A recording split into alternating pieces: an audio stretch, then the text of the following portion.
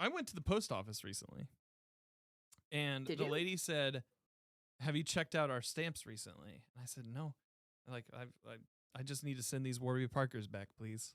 Not a sponsor." Not And interested. not and she goes, "Well, they're right here on this pegboard." And so I look over at the pegboard, and they have T-Rex stamps now, forever stamps. And Yeah. it took everything in me to be like, "Lady, I don't need those stamps. I don't need them. I don't need those stamps. Looking like But they're SpongeBob. dinosaurs. I'll take 15 Dan. books of those stamps."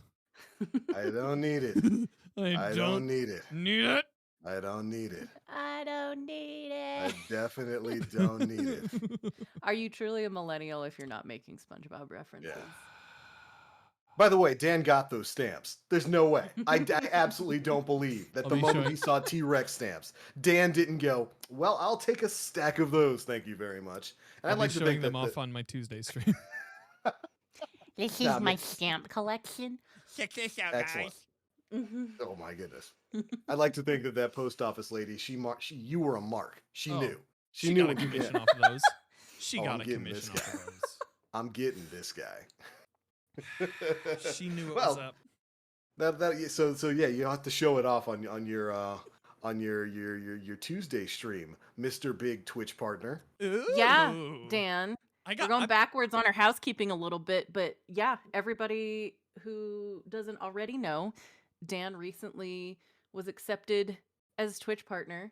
So we'd like to take a moment to congratulate him on that. It's been many years in the making, and it's been a long time coming as far as I'm concerned. So Dan, well done. We're thank proud of you. you. We love you. Thank you, everyone. I shall remember this forever. Thank you. Thank you. And then I'm out. Like, Yeah. As I said to you on Twitter, there's nobody more deserving in the universe. You've been pushing for it. We knew you'd get there. It was never a question of if. It was always a question of when. yeah. And we knew that win was coming soon. But congratulations, buddy. Thanks. Enjoy the Twitch partner life. Thanks. It's weird. I'm still coming to grips Yeah. with it because Yeah. like it is one of the coolest feelings. I haven't been nervous streaming. Like for the past couple months it's been like, "Oh, are those numbers going to be okay?" But now it's it really when I saw it, I was excited, and there was like this wave of relief that just washed over my body and my mind. And I just thanks everybody who made that possible. Like that's 5 years of people. Yeah. Right? Like that's insane. So I truly cannot think of many people who have put so much effort into building a community and maintaining it. And I don't know, like I said, long time coming. I am so proud of you. I think we all are. well, thanks guys. Right on, man. It means Enjoy a the lot. spoils of war. Oh, Yeah. believe me, I will. I will. Well, welcome, ladies and gentlemen, to episode, what is it, 302? 302? 302. 302 of the Planet Destiny podcast. Good We are lord. back. Yeah, like triple digits? Triple digits? Triple Like, digits. I'm pretty sure we've got a championship ring or 2 or 3 somewhere that's lost in the mail. You know what? It's in that stamp room. We got to go to that stamp room and buy the T-Rex stamps. I don't want to get our talk to her championship again. rings. I'm going to end up buying more stamps. Don't want to do it. But have you seen the rocket ship stamps? What about the Twitch partnership stamps? God damn it. You can't I resist gotta that pick one. those up. You got to get that one. It's just a check mark. It's- That would actually be kind of dope. You get a stamp that's in the shape of like the Twitch purple check mark. That'd be cool. I would put that on all of my letters. for sure. But Don't give we Papa are back Amazon once anymore. again. Any more ideas? Yeah, why? Why would you need it? Either way. What are we even here doing? We're here talking about some Destiny stuff because it's been a few weeks. Uh-huh. You had maybe 1 or 2 things happen in the world of Destiny, right? Like we got like a story mission, or like some Scions doing some things, and then some Bird Boys doing some dumb things to some Scions. There are so many things happening. Some Steppy Boys Yeah, as we had a well. raid come out, did we not? That sure we The did. did. Vow of the Disciple Witch Queen raid, I guess we can call it the inaugural Witch Queen raid, did indeed drop, 2 weeks ago. We've had a chance to go through it. I've had a chance to go through it very, very recently, as in today, March, what is today? The 20th? March 20th, 2022 was my first time going through the Vow of the Disciple raid, and I got to do it with this guy. Heck I think yeah! he's- Are I'm you so I'm this. jealous. I'm that way. Reversed. I'm right here. Yeah. You're here. Cameras are reversed. Yeah. But I got to get carried through it with our own Danfinity here. Carried. Come on. You did. Like, yeah, it's kind of carried. You did your business. We all did our business. We got. Yeah, we got loot. like I actually got a lot of loot from that. Like, holy sheesh, I got all the weapons except the exotic, but that'll take 2 runs. I've run it like 4 times and I keep getting the same 3 goddamn guns every time. So mad. I can't even complain. Yeah. Like, the first thing I got was the SMG, and it's got like subsistence and demolitionist on it. So I was like, oh well, Oh, I'm gonna be using this for a long time now. I guess this stays on the warlock. Yeah. The But the weapons. I really like most of the weapons. There's the ones that I've played with. I'm finding a lot of use and utility out of, especially right. with that perk.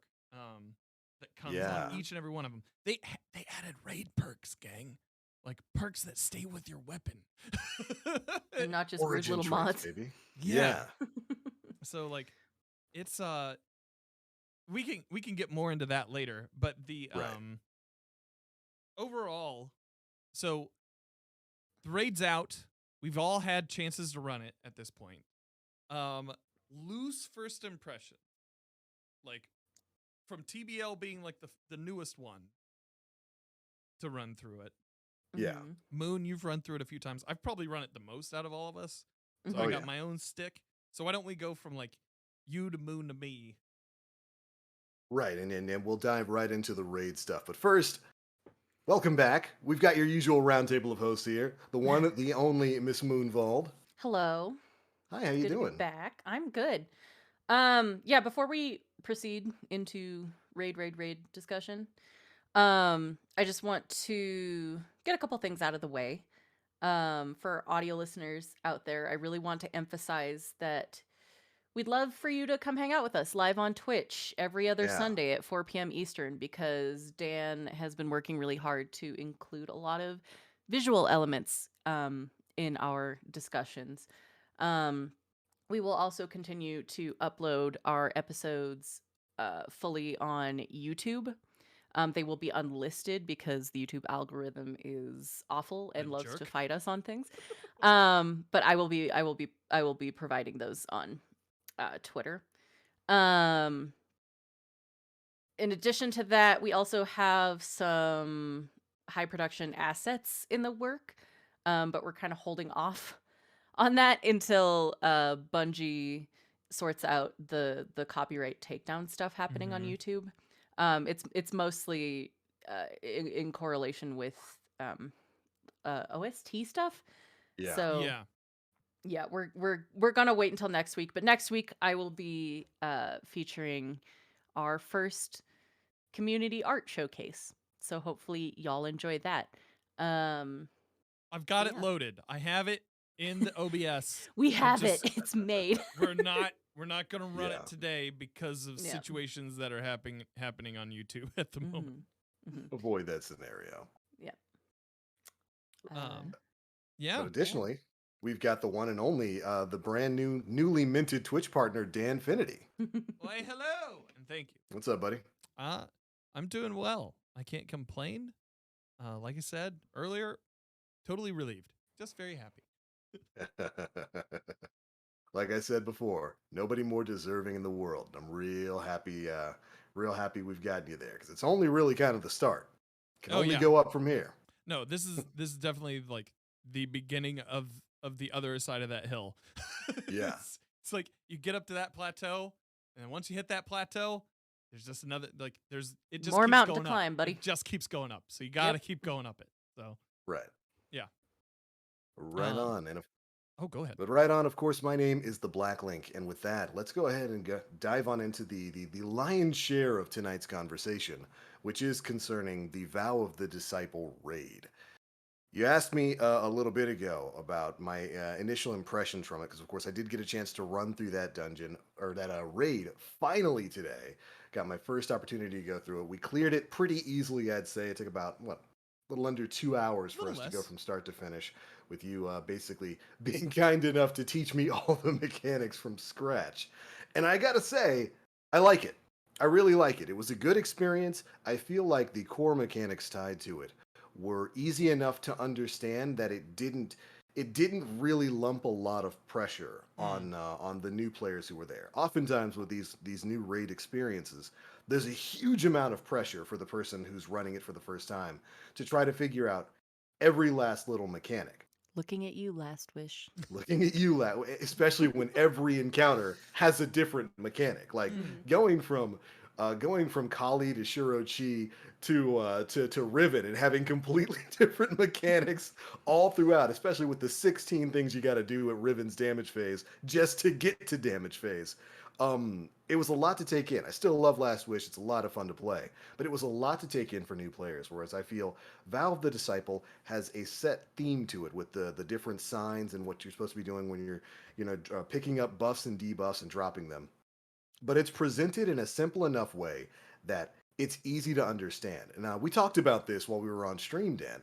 Mm-hmm. The opening section of that raid kind of teaches you some of the things to look forward, or to look, some of the buffs and debuffs to look into.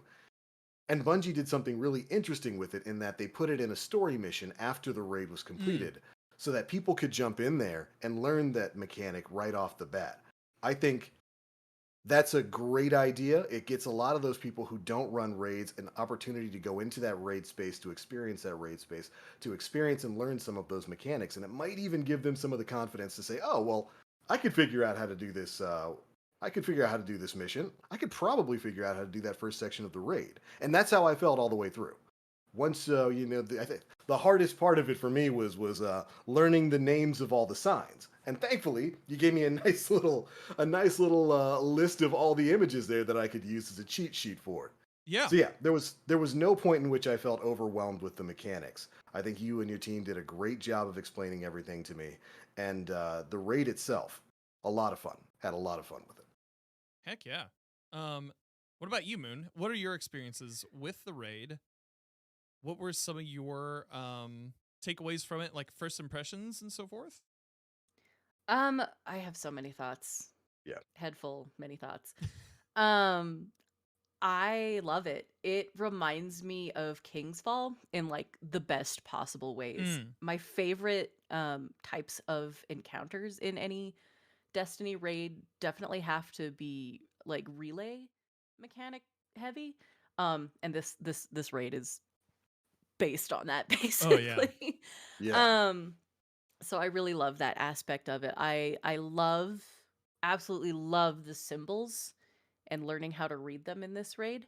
I think they found a really good medium between the ones we have in Last Wish where Right. they didn't have canon names for the callouts or anything. Mm-hmm. But these ones I feel like are pretty universal, and once you study them a little bit, they become easy to convey, even if you do have a different name or call out for them. Oh yeah. And I like that. I like the aspect of having to learn elements and having that part of it be a little bit challenging. So that was something I enjoyed quite a bit.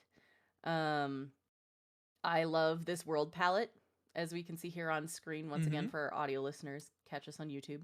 I'll go back. I love just the entire interior of the pyramid.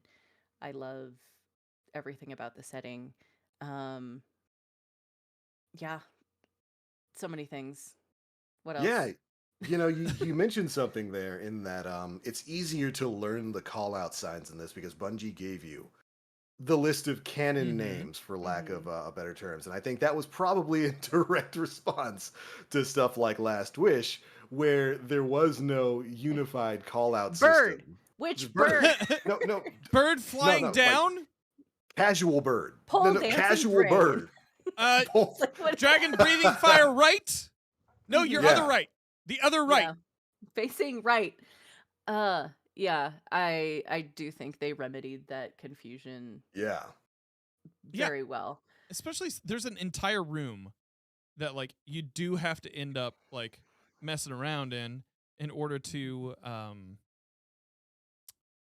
get like some extra lore. I'm glad that they made it like just kind of like a one and done room Yeah. overall. I'm trying to get us there. I'm currently playing the preservation mission to show you at least the entrance, the easier entrance. Mhm. But like I feel like they did an overall excellent job of just telling you what the callouts are, standardizing those. You can then kind of come up with your own like little cheeky phrases here and there. When I run, we normally, and we saw this today, TBL. We normally run them so that they're like one syllable phrases. Yeah. If we can shorten it, so like black heart Nice and becomes heart, or Yeah. we Ascendant had plane becomes plane. yeah, just stupid easy stuff like that. And Or pants. look, that's entrance. Yeah. Is forever known as pants now. I don't Pants, care Right. who you are. teardrop, ice cream, I think is another one I've heard. Single syllables, man. that's But that's where my heart lies. but again, that's what makes them so good is that you can kind of have an idea of what they are regardless of Yeah. what the word Yeah. is that people are using for them. Unless they're Agreed. completely off the wall and out there. I know a friend of mine, Drago, and some other Australian streamers did a silly little stream where they made a bunch of Oh, Aussie Bana? Well, themed. Bono was there. Yeah. Tamsin was there, I believe, also. Um, yeah, we got Bana but lined up for April 3rd. yes, excellent. But yeah, the symbols are great. I love them. I love learning everyone's individual little call outs for them. Um, what is everybody's favorite encounter? Gotta talk about this. Oh man. Ooh, Yeah, that's probably that's different for good. everybody. Yeah. For me, my favorite encounter right now is probably exhibition. Um I like Caretaker a lot. I think Caretaker's um a wonderful three-parter, and Mhm. it feels like a D1 kind of encounter. If you think back to them, it kind of feels a little bit like Golgoroth. Yeah. Um Yeah. Very much like Golgoroth. That's what I mean. Relay mechanics. They're the yeah, best. and like so that one was fun, and then but exhibition I think takes the cake because it feels like that is the one that needs the most everybody's got to chip in. Nobody Yeah. can really be dead weight, and it helps me to feel free to give people roles. Like there is the role of the nut, for lack of a better word, that just shoot it's Yeah. basically the The same Yeah. thing as Last Wish. It shoots a giant laser beam out of it, and you use it to take down the knights who have the special shield. You nut. That is like Don't ignore it. I said it. I- That's universal too. Everyone calls it the nut. everybody calls it I nut. have never not heard anybody call it the nut. But the ability to I normally give that to somebody who is relatively new to the raid. Mhm. It Yeah. teaches you a relic roll, which is important throughout Yes. that entire encounter, and it kind of helps build some confidence there with people who maybe aren't as experienced raiding. Mhm. Because they're like, what do I do with this? Oh, dude, your job's awesome. Like you Yeah. get to reset the timer. So You get to reset the clock. yeah, Reset the clock. you are the most important bit here.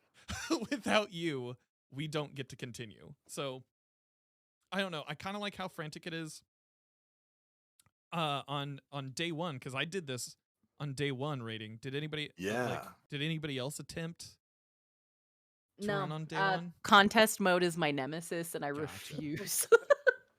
But I really enjoyed watching everybody do the race. That was a lot of fun. Yeah, and thank you so much for letting me stream here to the PD channel as well. Of course. On that day, because it was a lot of fun. I had an excellent team in Mal Nightingale and Sentinel Gray.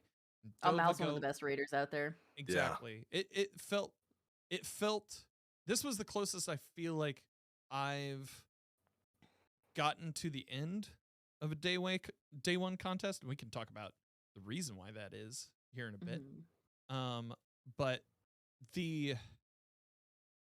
I felt super capable on day one. Yeah. Okay. Yeah, and like especially like and learning all the icons and everything, being in there for hours, that really helped. Now you can never unlearn. Oh yeah, no, I See know them in your all. sleep. Yeah. Jenny's been waking me up, and she's like, "Hey, what's the matter? You're sweating." It's like, brain kill traveler. Brain kill traveler. Pants. Knowledge. Pants.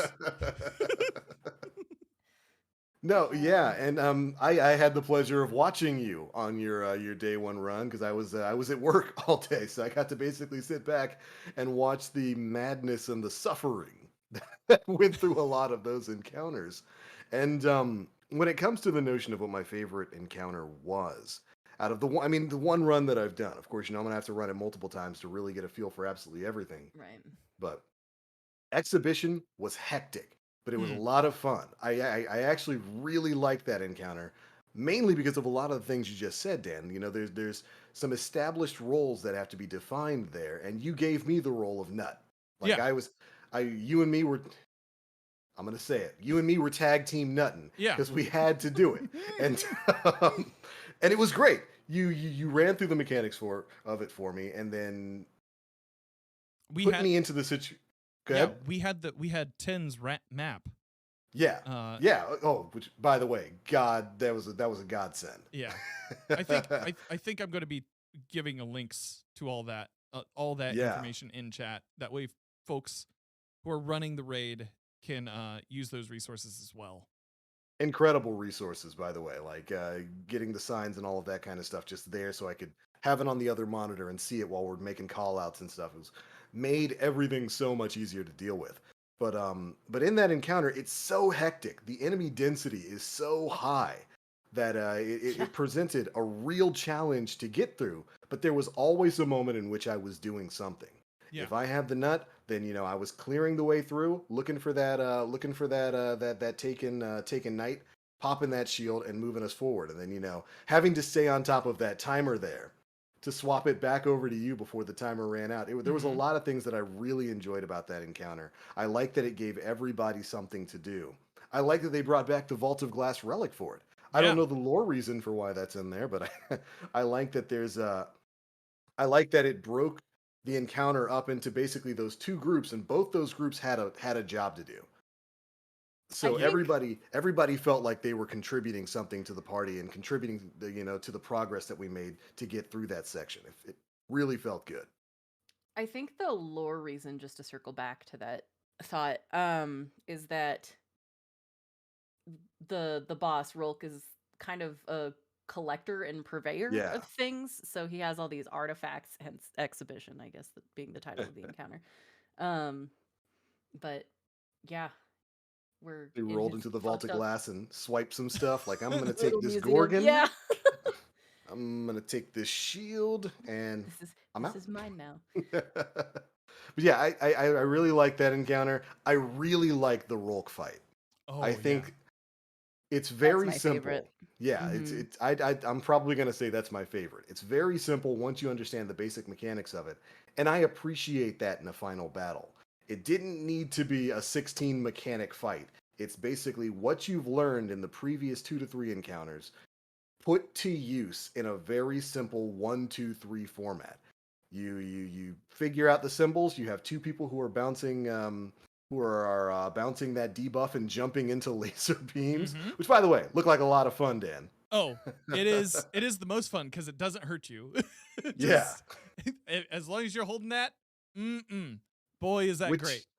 Which is really interesting in that it's a mechanic that is teaching you to jump into a boss's attack, whereas normally that's it's always the opposite. You stay out of the line of fire, but with that, you're supposed to be jumping into it to get a buff. I thought that was really cool. The 1 or 2 times I swiped it from you in damage phase.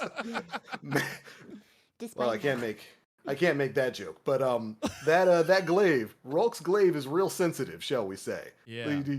You can't even accidentally cough on that thing before you swipe that buff. But I really like the Rolk encounter. I love the DPS phase. I like that it's an active DPS phase. It's not everybody just standing somewhere Oh and yeah. firing sleeper at one boss. He roams around Yeah, and tries to that's kick you. one of my favorite things about it is that you have to Yeah, be mobile and you have to be constantly paying attention to when he's making his attacks, Mm-hmm. where he's looking, where he's moving. And that I feel like that keeps the entire fire team just really engaged yeah, with it, which is so fun for me. Um, Yeah, they really knocked like a lot of people are saying that this feels like the most MMO boss that we've oh seen yeah, out yeah. of a Destiny encounter, and absolutely agree. Like, like it doesn't take 18 days for it to be cleared, but he is formidable, and like he yeah, will come up and rock your shit if you are not paying attention. Like he forecasts yeah. it quite openly, like Mhm. And, what his intent is, and if you're not and paying attention, then he's gonna get you. you get booted. And what a glorious kick, by the way. Oh yeah, I the love the kinky memes that have boots. come out of it. It's the kinky Yeah, boots. the kinky boots. He just rolls up on you like boop. But that's one of my favorite things about the fight itself. I remember watching that on day one. Is that it Watching people is get punted. yeah, watching people get punted and just realizing that this is the most MMO boss fight that we've really kind of had in Destiny. This boss, he telegraphs all of his attacks. Mm. His glaive rush, he telegraphs it. So if you're paying attention, you can get out of the way. It rewards you for being smart and moving out of the way. He telegraphs his beam attacks. If you can see him starting it up, you can kind of get in between and get out of the way. And that's something that's very familiar to me as an MMO player. You know, as a guy who spends a lot of time on stuff like Final Fantasy XIV, where basically every boss fight devolves into that. Bosses telegraphing what they're going to do next and next and next, and you having to kind of react and React, adjust yeah. to it on the fly. And so that was something I picked up on immediately. And I'd like to say I didn't get killed by anything other than being yeeted off the platform by a shield. That was the That felt funniest nice. moment of today's raid. So we constantly were like, don't jump down the stairwell. Yeah. You definitely Oh, want to run down yeah. the stairwell. And TBL's coming back after bringing Daddy out of his cocoon, and like he's jumping. We're like, no, put your feet on the just like gone. It's gonna make it Were you into warlocking, TBL? Oh Were I you yes, he was was totally terminally warlocking. floofing? And it happened not once, but twice. But twice. It happened at the start of the fight and then after the first damage phase. Listen, I'm a warlock for life. I got floofed. Bungie killed me. Not me. It's not my fault. It's Bungie's fault. Yeah, it was pretty remarkable, and like just I like that that kind of plays into his character as well. Like what we know of him, he's kind of like a pompous ass. Yeah. Okay. Oh yeah. During the I boss know it's fight, the too. meme. I know I've made jokes about being thirsty for Rolk, but I love his design. Yeah. He Oh, me is too. a whole new enemy type, something we have never, Oh yeah. never seen before in this game. We get, and you're in the preservation Yes. mission Yeah. now, right? I'm currently looking at all of the different glyphs as we We speak. get to learn in the lore that this is just a dude. Yeah. He's basically just a guy who was Just like, some guy. all right, I'm gonna be the most terrifying killer because it is the purpose that I need to serve. And he's just, yeah, he's super, super neat and super interesting. And I love him. Yeah. So, jot Great that down. character design. I love him, Your Honor. But he, yeah, that encounter is definitely my favorite. Yes, as far as final bosses go, Rolk's a pretty darn good one. I really had a lot of fun fighting him. Yeah. As somebody who's kind of like learning all the like ins and outs of how that fight goes, because I'm like I think I probably have 20 clears at this point. Jeez. Several of them are just roll checkpoints because we ran Yeah. those the first week to try to help people get their like day one or their week one clears. That fight I know the most inside and out. There's still things Yeah. that can go wrong, but definitely know how to recover from it if I need to. And like I enjoyed that one. I think Caretaker is a fairly amazing triumph in raids. It's definitely the most definitely has the most depth to it. Yeah. And like but still like some recoverability because you can get back if you end up falling off a ledge you can come back and Yeah. as long as you land the The fall. margin of error in most of the encounters, I think Exhibition is like the hardest and the least Mhm. lenient, but I think that the margin of error is forgiving but still challenging at the same time. Like it's not Yeah. too forgiving. Um it's just balanced very well, it feels like, which I appreciate. Right. No, I think all the encounters were at the right level of difficulty. They were certainly Mhm. a spectacle to watch on contest mode, and I couldn't Oh yeah. imagine going through stuff like exhibition on contest with just so many things happening around you. That Yeah. must have been a nightmare. But now I think it's the right level of difficulty all around. It doesn't feel unfair, and Right. it's a consistent sort of internal logic between different encounters. There was never a time in which I felt like we were doing something completely out of the ballpark to what Yeah. we had done before. It felt like a natural progression of mechanics that were presented in the raid. I like that. Yeah. Mhm. I enjoy that. I enjoy that as well. I really liked having participated on day one. There was let's talk about day one a little bit. Yeah. It was a challenge. It was a Man. really great challenge. Yeah. Really buggy. This was like the most buggy I think we've seen out of a Destiny raid launch, right? Mhm. And so like Yeah. there were people calling for like this isn't valid. This is like belt doesn't matter. It's whatever. And like people trying Yeah, to calm down. gatekeep emblems, whatever. Yeah. Calm down. I feel like so Bungie made the move after the Anteater 24-hour thing. They were like, we're going to extend it by another 24 hours. That way, Which was people the can- right move, in my opinion. 100%. Put that out there. 100%. Because like it allowed teams to at least go for the emblem if they wanted it, which I think is what primarily my team wanted more than Yeah. anything. Yeah. Just to get the clear to say that you did it. I feel like maybe 48 hours should actually be how long contest is active. Should be standard. Yeah, a lot of people were saying that. But And again, 'cause- as somebody who doesn't participate in contest mode ever, I even from an outside perspective, I think yeah, that would be That would good. certainly take the pressure off the people who are, get stuck in some of these encounters that legitimately do take hours upon hours upon hours to clear on contest mode. It would take some of that pressure off for sure. it feels a little more healthy too, because then you're like, Yeah. we were able to go to sleep. I slept for at least 6 hours. Yeah. Between like the first day and the next day, and was like, I'm going to take the next day off of stream. We're going to just go in together and go in when we can. We're not going to Give it a force shot. it too hard and not trying to make it content, but Right. like really make it go for it. And we made it to exhibition. We made it to that third room in exhibition, or fourth room a couple of times, and we just couldn't get it pulled together. But like we got past Caretaker, which is where a lot of people had their shit kicked in. That on was the wall. on that day.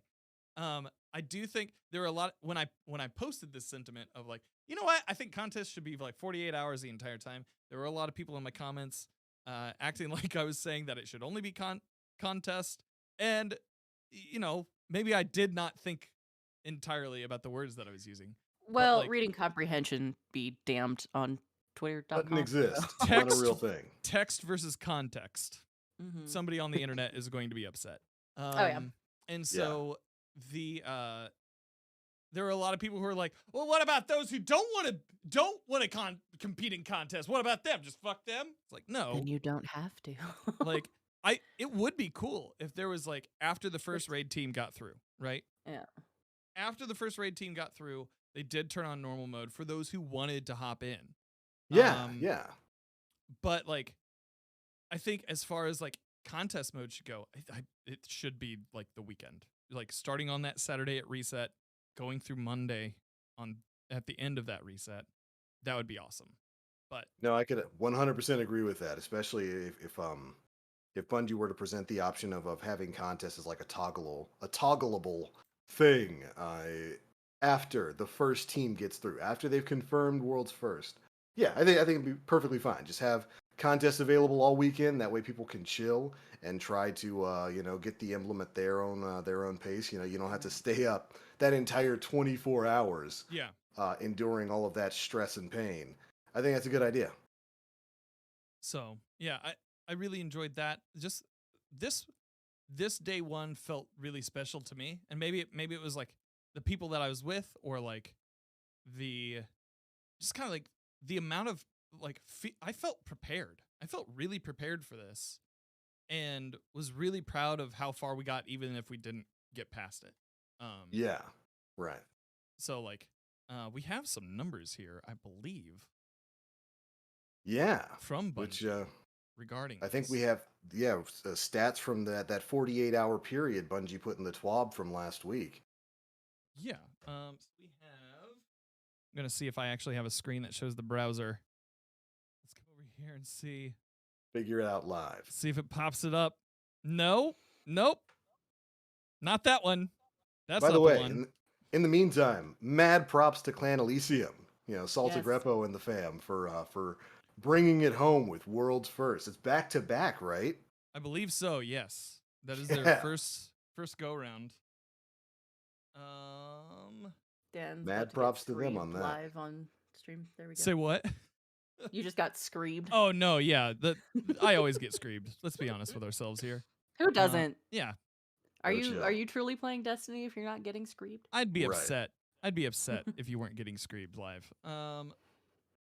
Well, this might hold on. This might take a moment. So let me pop it back over here. Yeah, I think so. The numbers were, if I can just grab it as a screen. Sorry for the live update here.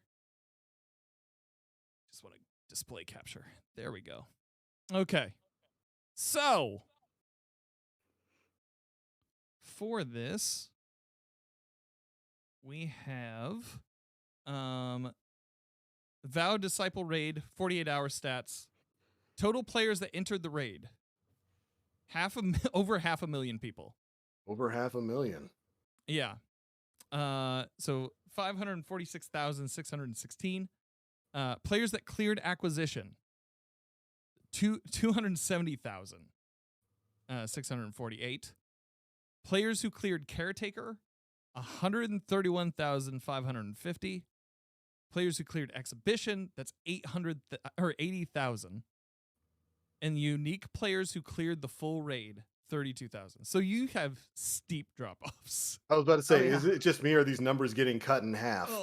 Oh, Every you are encounter. whittling Almost them literally, down. yeah. Yeah. Yeah. Over 1 billion total enemies defeated. 70 million Guardian deaths. I'm pretty sure I register as like at least half of those. And Right. then the total hours spent in the Vow of the Disciple contest mode is 4,223,843 hours. Insane. In a 48-hour period. Yes. That's a lot of numbers. Yeah. Dead raid, by the way. Dead game overall, right? Oh, That's, yeah. that's what we've been told time and time again. Yeah, dead game. Yeah. Yeah, no, a Right. lot of people took part in the contest run, the world's first run for Vow of the Disciple, and I wonder if a lot of that is thanks to the fact that we didn't have to rush to get prepared for a raid. like that dropped, within A week. a few days. Yeah, Mhm. Yeah. within the week of the release. It dropped about a full week afterwards. Yeah, You think that's a good play for Bungie moving forward? Oh, for absolutely. sure. Especially on launch, like Yeah. on DLC launch raids. So the past week and a half, I felt a little burnt out on Destiny. Like, because I went so hard at trying to power level and trying to like be as the best that I could be at the end of that, right? Yeah. Had I known how burnt out I would have felt, at this point, I feel like I could have easily just like hit the 1530 cap, like soft cap, and then just let it breathe from there. Because Take it easy. that was a lot of Destiny. It was a lot of Destiny in a few weeks. My glaive is 103, level 103 right now. 104. 104, something like that. I Good inspected you. God. Oh boy. No, it's 102. It's 102. I'm looking at it right now. But that was a lot of Destiny. That's a lot of Yeah. stabbing. But knowing if they do this next time, if they allow you to kind of take a skip with the legendary campaign, because they've already talked about they're going to be doing a legendary campaign with the next Yes. DLC. Yeah, which is great. If they allow that kind of armor skip again, I may not prep that as hard as I did and just kind of relax with some Horizon Forbidden West or whatever game of that ilk is Whatever kind of coming out. equivalent. Yeah, Yeah. because it was a lot of Destiny and it was a lot of doing it over and over again. Maybe not the healthiest practice for me personally. Not Bungie didn't make me do it. But now Yeah. you know, right? Now I know. Like now you have that experience that you've learned from, and now you know how to approach it going forward. yeah, everything to kind of help prepare you for the next thing. I don't think I'll do the next reprised raid day one.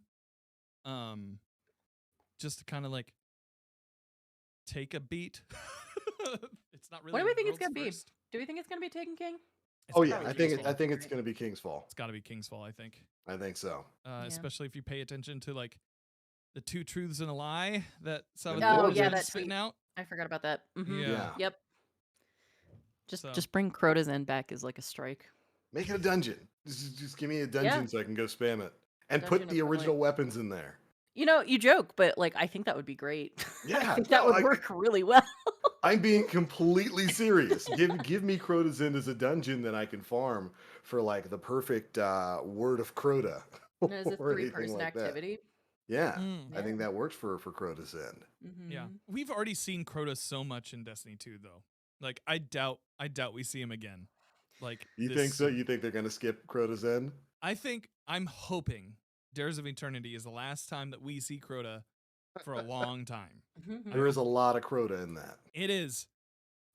He is just he's a boss that they love to just toss in. Yeah, Like whether he they be get a a lot of nightmare, use out of him. yeah, Mhm. whether he be a nightmare or he be an alternate reality version of himself. On a They game just- show. Him They and love Tanix tossing. just need to like hold hands and leave forever.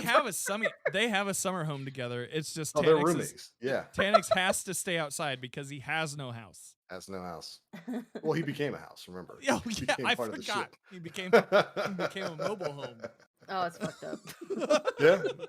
He is his own home now. But yeah, no, I think King's Fall is probably Oh, yeah. probably what it's gonna be. There's a lot of references to the Taken King, to the Dreadnought, to Ol Oryx, and all of that kind of stuff. And I wouldn't be surprised if that's what's next to come back. Yeah. Let's talk about weapons and lore Yeah. of Everything. the raid. And then like Uh-huh. yeah. Me So- biting at the bit.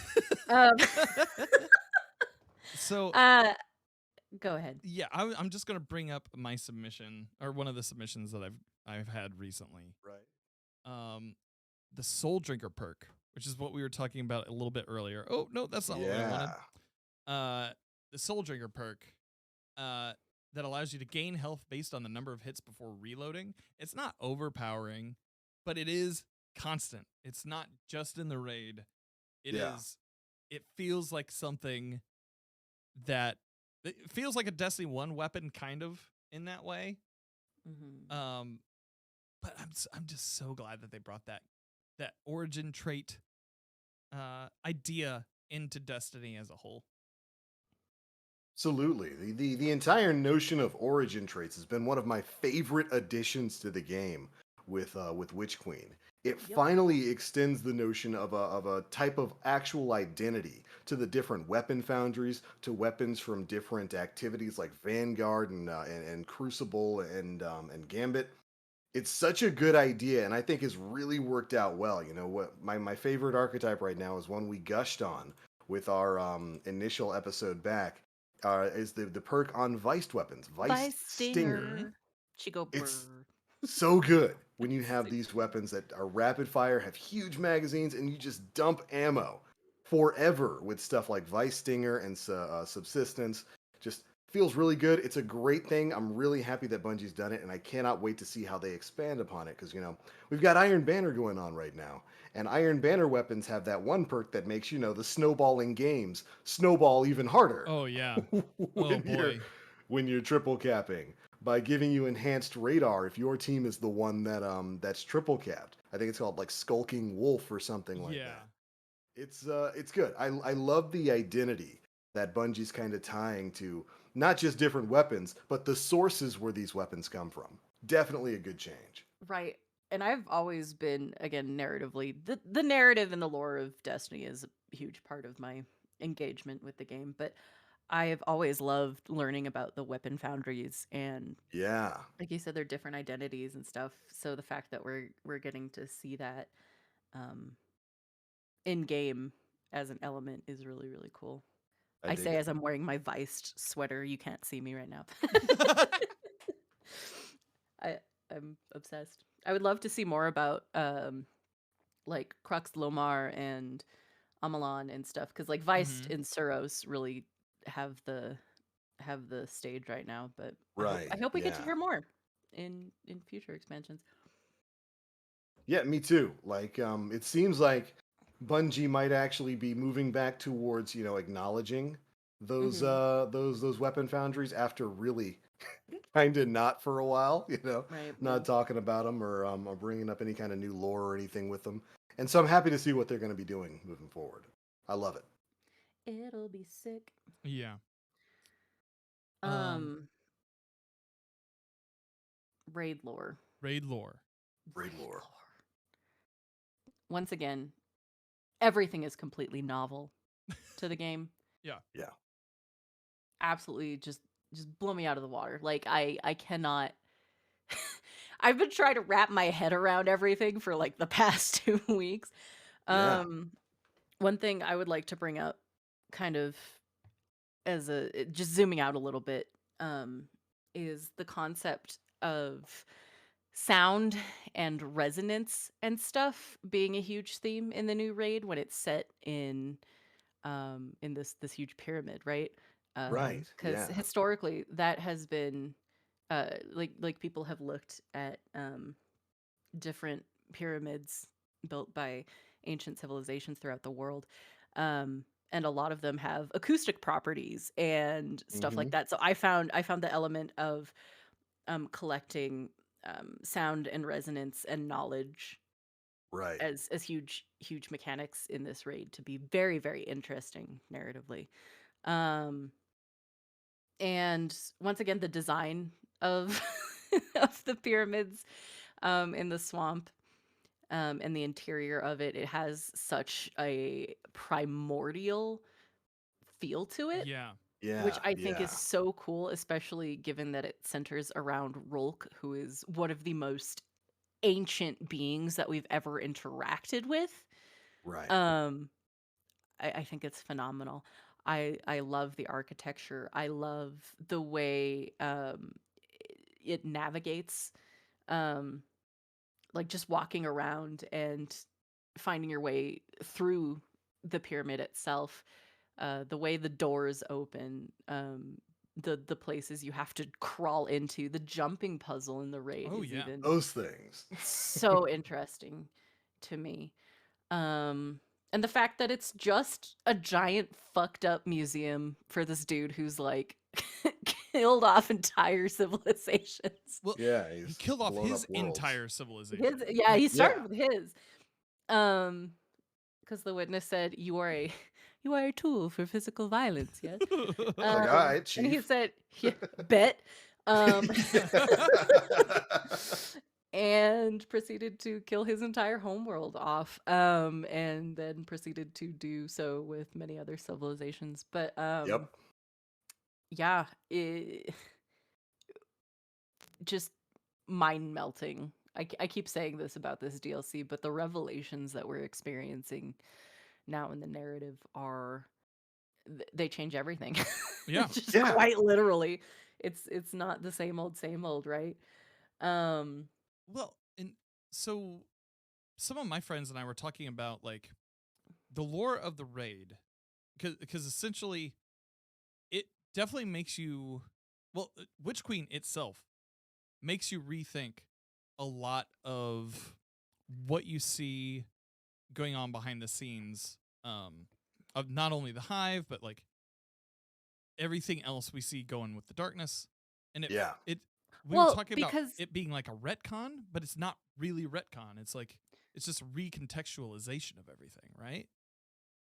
yeah, exactly. And I mean, like, if you asked anybody 2 years ago if they thought the hive could ever bear the light in any way, shape, or form, everyone would have been like, No way, bro. "What are you talking about?" Yeah. Like, no, because they're the ultimate arbiters of the darkness, or at least they Yeah. were until we got this new stuff happening. But just we're up in the stakes quite a bit, and Right. it's nuts. It's Yeah, so wild to see. and it's interesting because with Witch Queen especially, we've gotten to a point where we're finally sort of shaping an antagonist. It's Mhm. been the darkness, the nebulous darkness, for basically as long as Destiny has been out. And while the Hive has been have been presented as a primary villain there, it's always been understood that they're serving something. Right. They're serving some greater force. Oryx, Savathun, Xivu Arath. We knew they were bad, but we knew that they were serving some sort of greater power, just like the Vex were serving some sort of greater power. And with this, with the Witch Queen, and with especially with the Vow of the Disciple here, that final antagonist for this saga is finally starting to take shape. And the Disciple, the Witness, and everything moving on from there. Because when the triangles, when them Doritos finally showed up in game and we finally got to interact with them, Bungie was pretty quick to show you, oh no, they're not actually your final antagonist. They're not even close to your final antagonist. They're almost a tool, like the light is for us, Mhm. Right. that's being directed at you by this antagonist. And now we have that antagonist in the Witness, and I'm glad that we're finally giving this bad guy, shape and form and character. It's something to move forward to. So no, I wouldn't consider it a retcon at all. I would consider it the story that Bungie started, 7 years ago, finally taking shape. Hmm. Yeah. It's good stuff. It's interesting to think about too. I was earlier talking on Twitter about, why don't the Hive just squish our ghosts back? And Yeah. somebody explained to me that it's because Guardians are able to do this because they are quote unquote paracausal. Um, Really? yeah, and Hmm. that's still kind of a nebulous concept, I think, to us. But what that points to me is the ability to wield light and darkness at the same time and use them as tools and embody Right. them both. Because Yeah. like Savathun, also in one of the Altar of Reflections missions, she says, do you wonder why you're like y'all are the only ones who can do that, who can take up both, where Yeah. the rest of us are only confined to one. um so maybe that's like, that leads me to think about the final shape. Maybe that's what that means. And just, making the right choice and the right decision and using the light and dark as tools rather than embodying them as um just an ultimate purpose, one or the other. Yeah. Um It's not a binary choice. exactly. And that's it. That fascinates me. Yeah. I could talk about that for hours. Um but that's a really neat concept that we're seeing play out, Yeah. and I cannot wait to see what happens. Um, We are the final shape. we I are dig the it. final shape. Yeah. Yeah, I 100%. I love how this first room, this acquisition room that I'm in right now. So like this is gift or give, I Mhm. believe, right?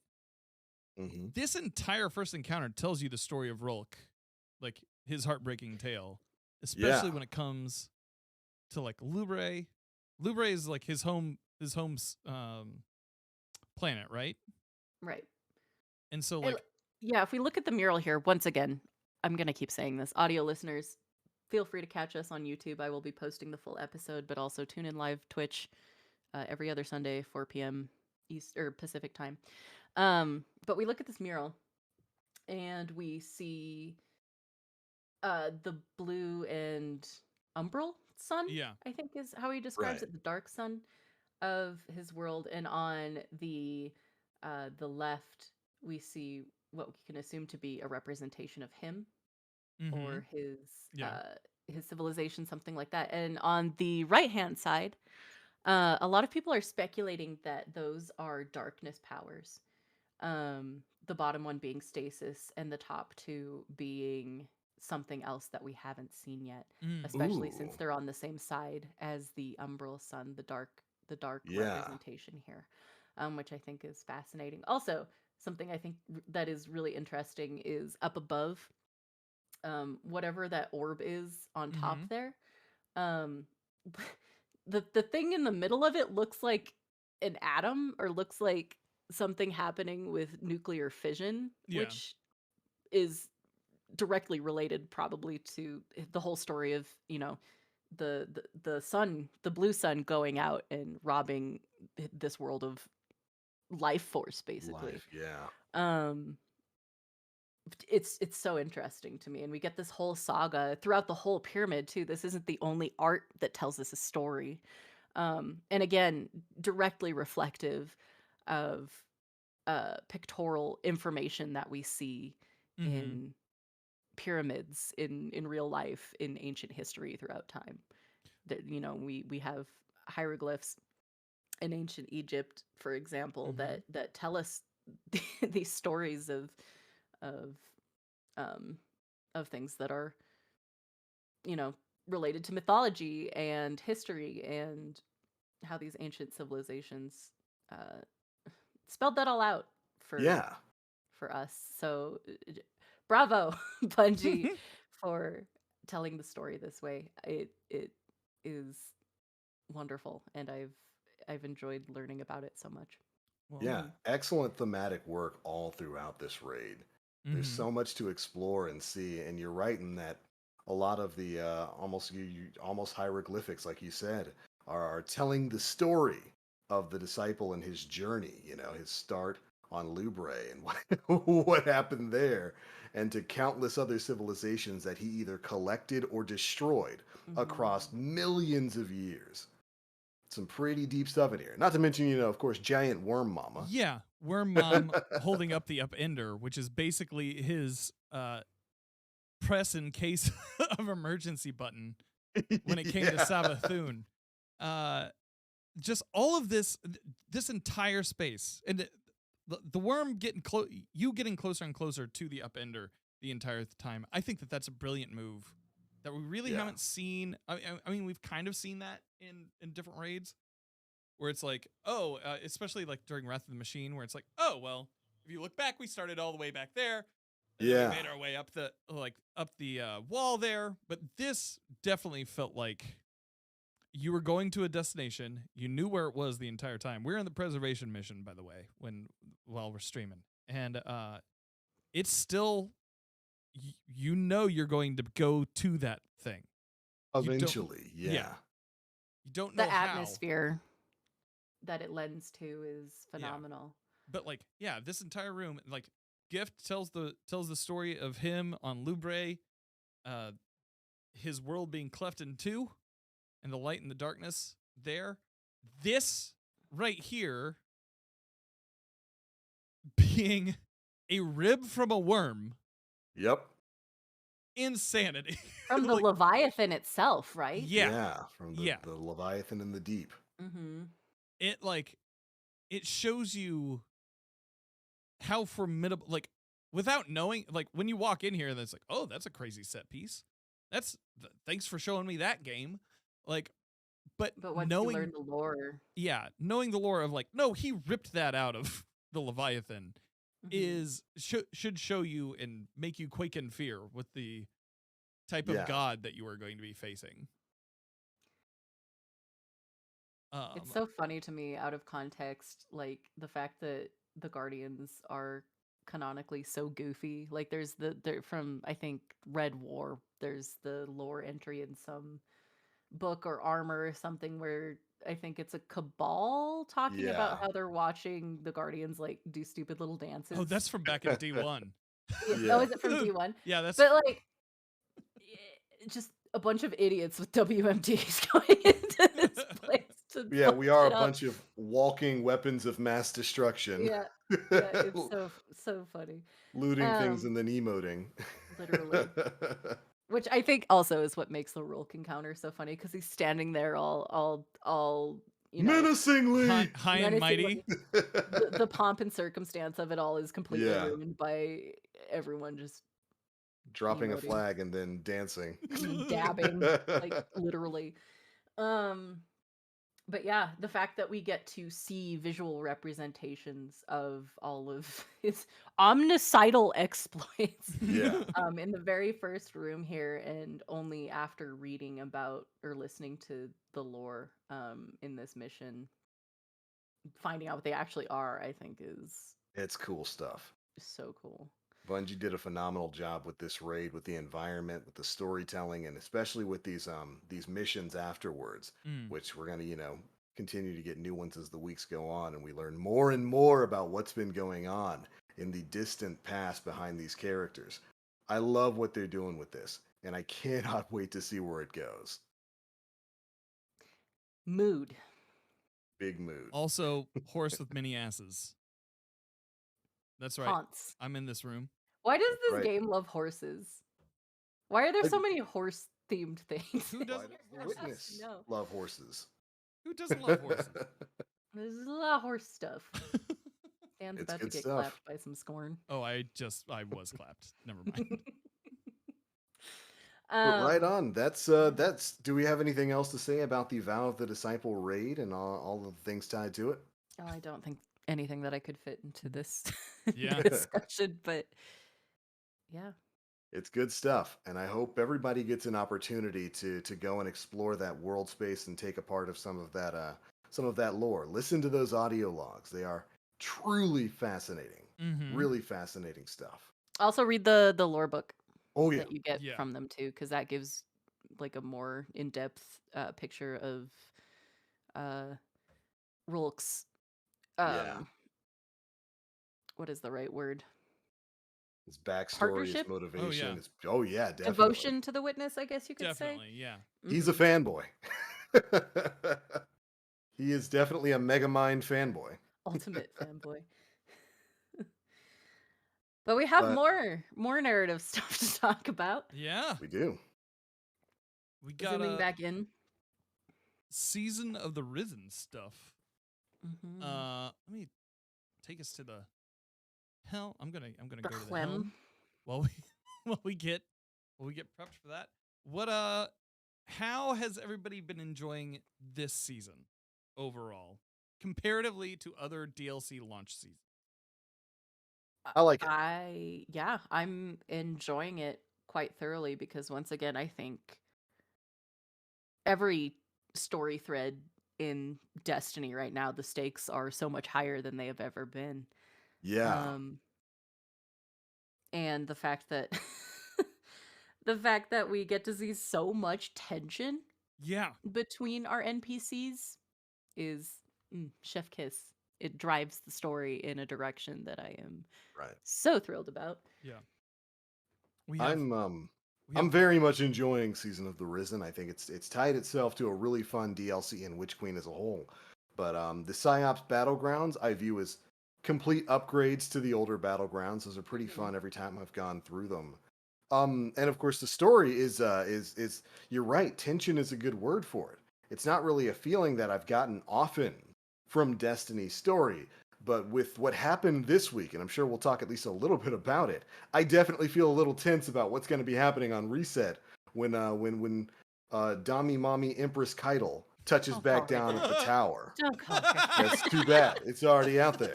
That's what her You name be is in nice my to phone. her.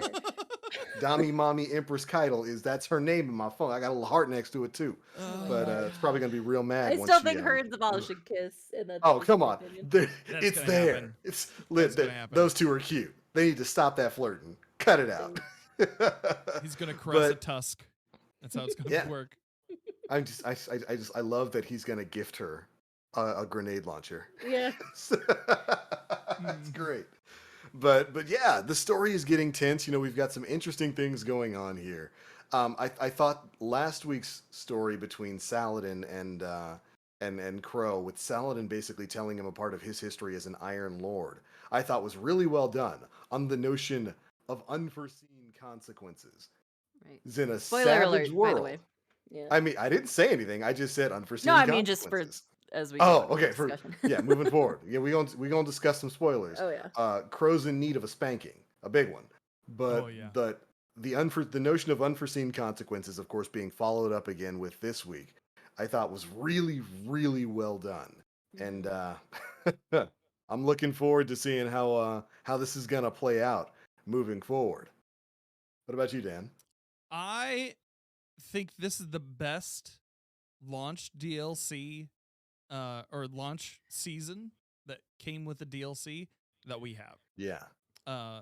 We had Season of the Hunt, we had Season of Undying, and both of those were like, I feel like they tried not to give us too much for fear that it would kind of like maybe snowball Yeah. on itself and keep you from wanting to complete everything. I feel the exact opposite. If anything, it's kept me more interested in Witch Queen. After Yeah, the beating pacing is campaign. incredible. Yeah. And like, just we're in the space with the Scion, who's trying to scrape the moral implications of the story. The Scion is trying to scrape memories out of and is basically torturing all these Yeah. light bearing hive to get more information about Savathun and the war effort. Insanity. Yeah, it's crazy.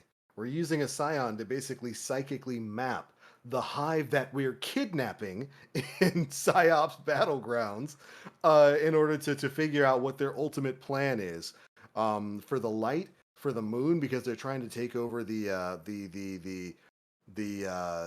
base on the moon, the big red one. I can't remember the name of it now. Scarlet And Keep. the Scarlet Keep. Thank you. They're trying to take over that, and what we're trying to figure out what their ultimate plans for Earth are. And in order to do that, we're hijacking a bunch of light-bearing hive and having this scion scrub their minds clean to figure out what their plan is. There's definitely some heavy-hitting moral themes going on here, which I think Bungie's done a pretty good job of portraying here between with the cutscenes we've gotten between Crow, his concerns with Saladin and Zavala, and even Empress Keitel, who's like, no, let's keep doing this. This is great, bro. Oh yeah. It's good stuff. This is good storytelling.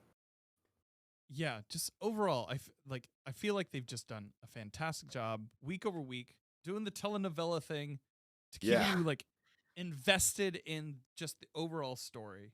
Yeah. I am a huge fan of like the little kind of sketch page cutscene type things we've Yeah. been getting Oh occasionally. yeah. The one in particular that really grabbed me was Saladin retelling the story of Yeah. long ago when he was patrolling the deep woods, Yeah.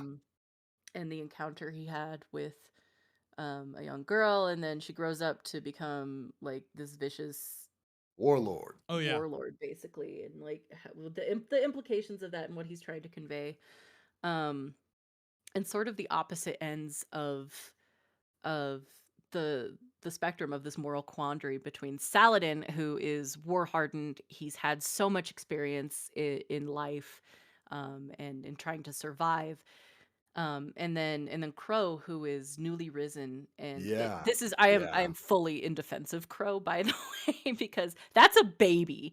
He doesn't know shit. This dude has been he's been risen for how long in Yeah. 5 game? minutes. Like literally. Yeah. He doesn't Months.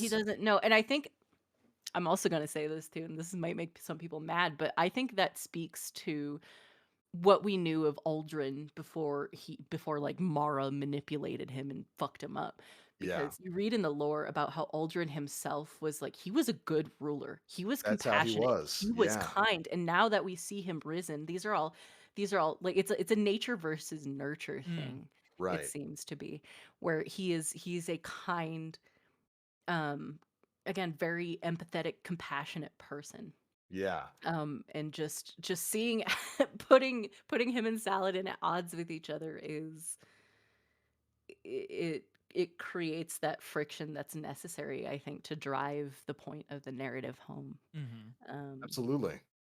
And I think you actually really nail upon something there, is that the character we're seeing in Crow now really is representative of what Aldrin was like before Mara kind of jacked him all up. And Literally. yeah, Just we've gotten bits of pieces of that in the lore, and I think it was put best on display in some of the Agar Scepter missions, where you're yes. reading through those old issues. This is how he used to be, and so Mhm. as Crow, he's essentially had his slate wiped clean of some malpractice, as it were, Yeah. and we're seeing the kind of naive and caring person he was back in the day shine through again. Yeah. And it's that dichotomy It's wild there. what trauma can do to a person. Yeah, Well- it's insane. And at this point, he remembers who he is, essentially, Yes. right? But as prior, my question is, when a guardian is risen, Hmm. does it just amplify their base instinct? Like, because ghosts seek out, those who would protect. Yeah. Does it just amplify your base instinct to It's quite protect? possible. I mean, because they're risen as like fully grown human beings, right? Yeah. So any personality traits that are just inherent to them might already be present Baked in that. in. And Yeah. yeah. And so Yeah, that's something to look for. Mhm. Right. We see a little bit of that in lore with characters like Cade. Cade isn't that different from who he was when he was working at where was it, Clovis Bray. Yeah.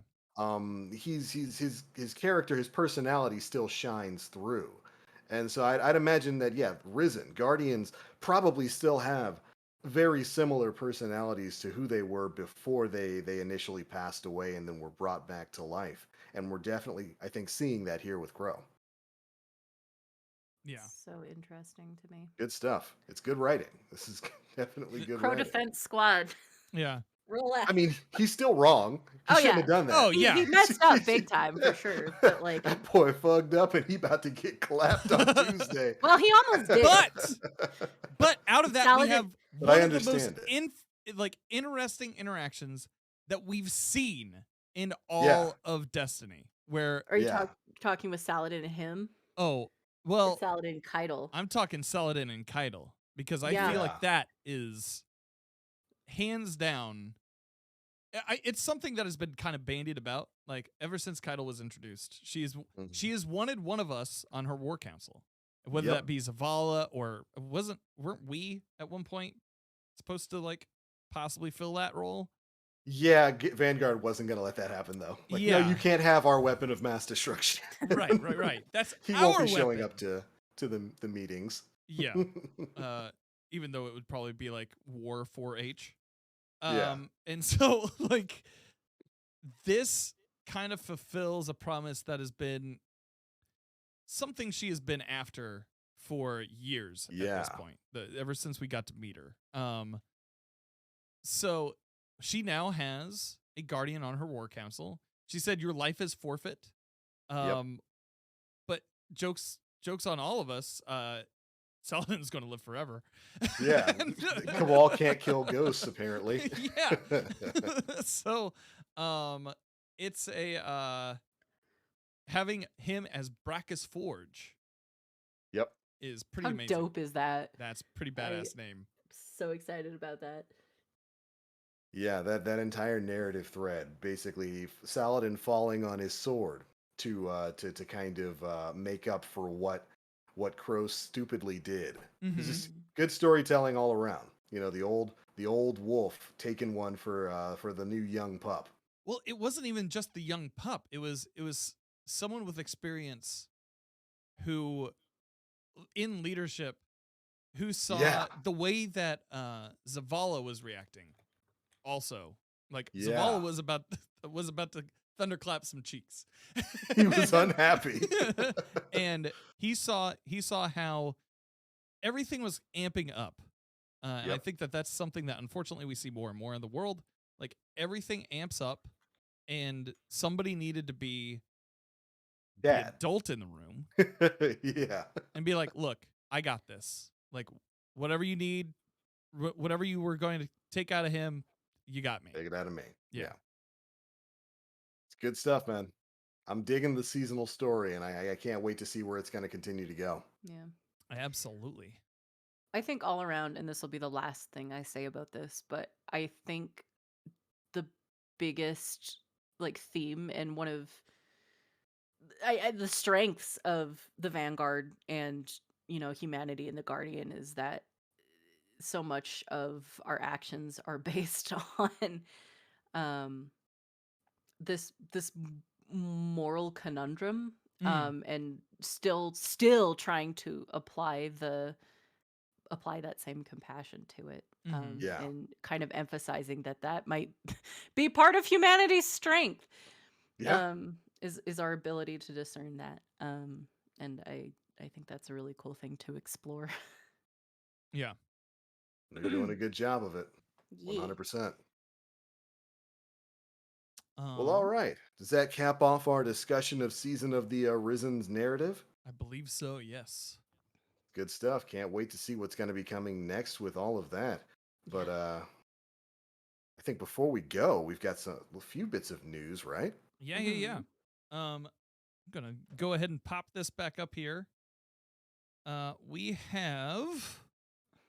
You can Maybe- keep playing. I'll read the schedule. Okay. Yeah. I feel So- bad for your teammates there. Oh, I feel bad for my teammates here too, because I'm like I'm half prepared.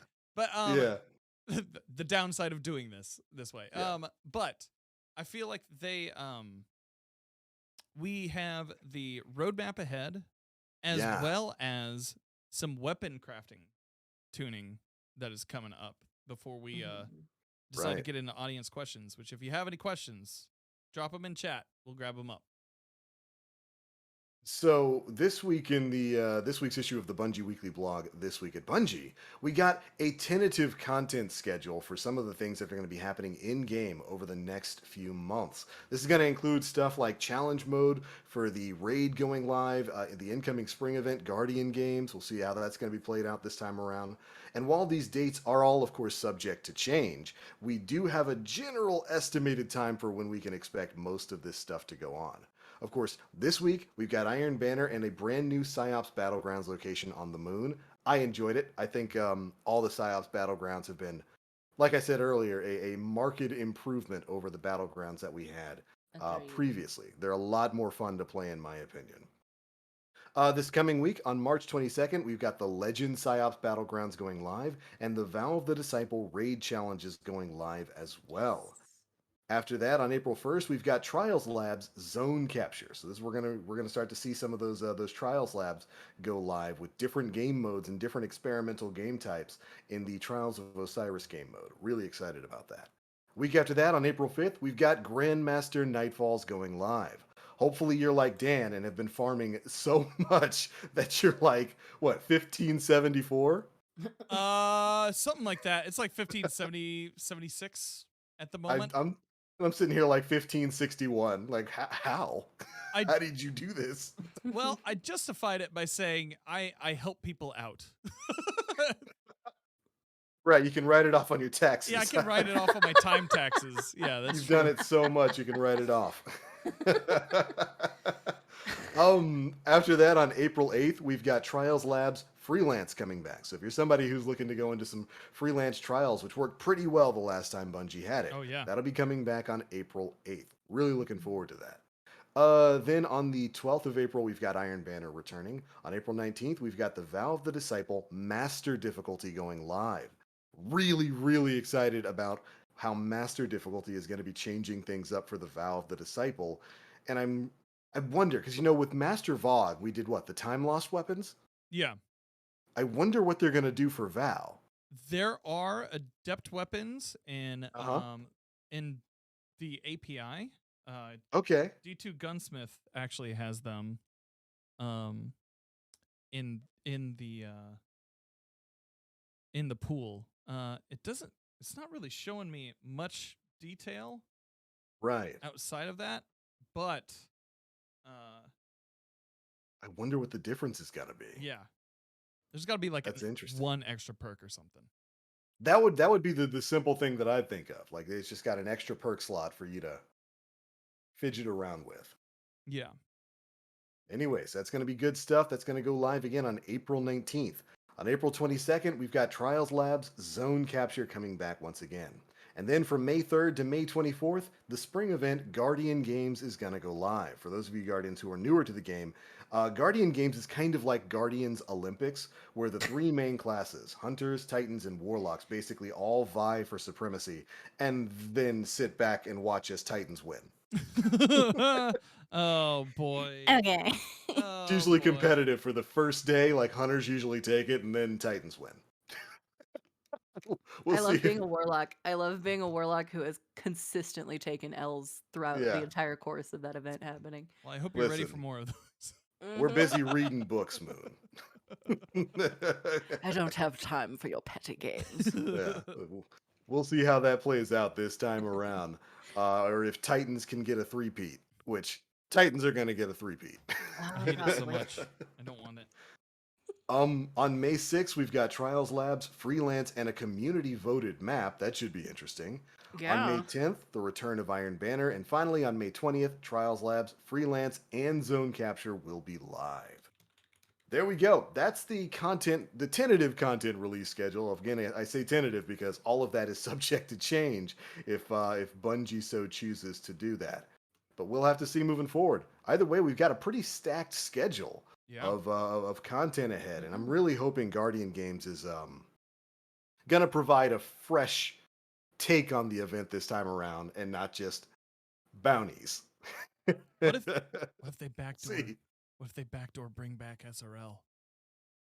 Bring back what? If they bring back SRL just as a backdoor. We say that every event. I know, it'd be great. It would be fantastic, and they should do it. They should do it.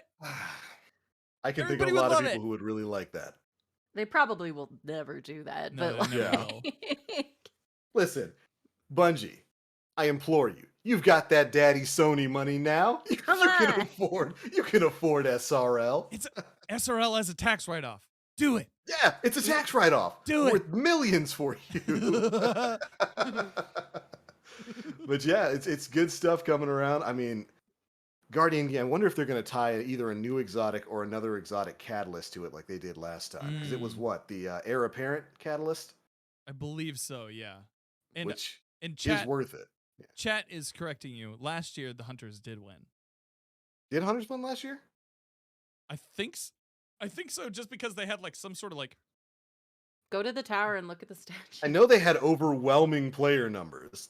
Like, there's way more Hunters okay. than there are Titans. All right. So Why we're is going that? we're going back over here. People like Hunters. They like scarves. The But Hunters, isn't it even better It's the that caps. they definitely isn't- did win. They isn't definitely it did. even better that Hunters won and I still just acknowledge Titans as the winners? Mills in chat said SRL tracks in the pyramid, please. I want a Crucible map that is set in there. I just want Crucible maps. Yeah. Yeah. I'd I like mean, Crucible yeah. maps anyway. But man, an SRL map in the pyramid. That'd actually be pretty dope. All right, Hunters, you can take your very tiny gold statue. Oh man. Very tiny Legitimate snake. winners. Sneaky snake. But we'll see this time around. Sneak. Yeah. We also saw some adjustments to the weapon crafting system. Yeah. They are so we'll just run through this real quick. I know this isn't something that you can run through real quick, but so starting this coming Tuesday on the 22nd, with hotfix 4.0.0.4, they will be increasing element caps from 250 to 1,000 overall, and for neutral element, the cap will go from 8,500 to 10,000. That is Yes. before removing ruinous, adroit, mutable, drowned, and energetic elements next season. Major quality of life change there. Yeah. This is something that I was actually really happy to read in this week's TWAB because, of course, the limits on that currency on that material are really kind of low for how many that you get by just normally playing the game. Like it got to the point where I, like a lot of other people, basically just started stockpiling deep sight resonance weapons that I had already completed and just putting them in the vault rather than extracting the element because I'm capped out on everything Oh, except yeah. neutral.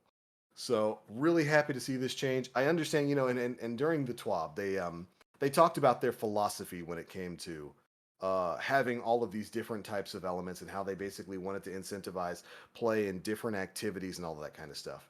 But I think it's a good move to just kind of homogenize all of it into neutral element and get rid of some of the other ones. I think it's much better for players' inventories. It's much better for players' time, and it's a good move moving forward. What do you think? I absolutely agree with that. It Yeah. feels like so putting caps on an economy that you can't actively check Yeah. is frustrating. It's questionable, to say the least. Yeah.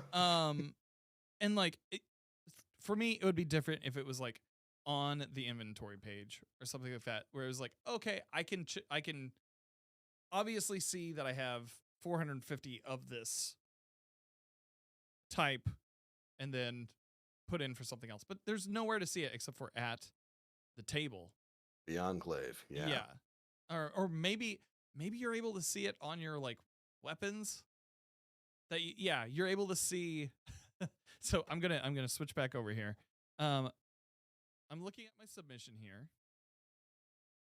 My submission, I just leveled it up while we were doing this. I'm sorry, Moon. I'm playing on the job. So I'm gonna grab this drowned element here with 200 neutral element. Cool. Grabbed that. Looking at it, let me see. Can I shape it? I think I have enough to shape it. I do not. Or no, I don't. I haven't unlocked the pattern yet. So I don't have enough of those.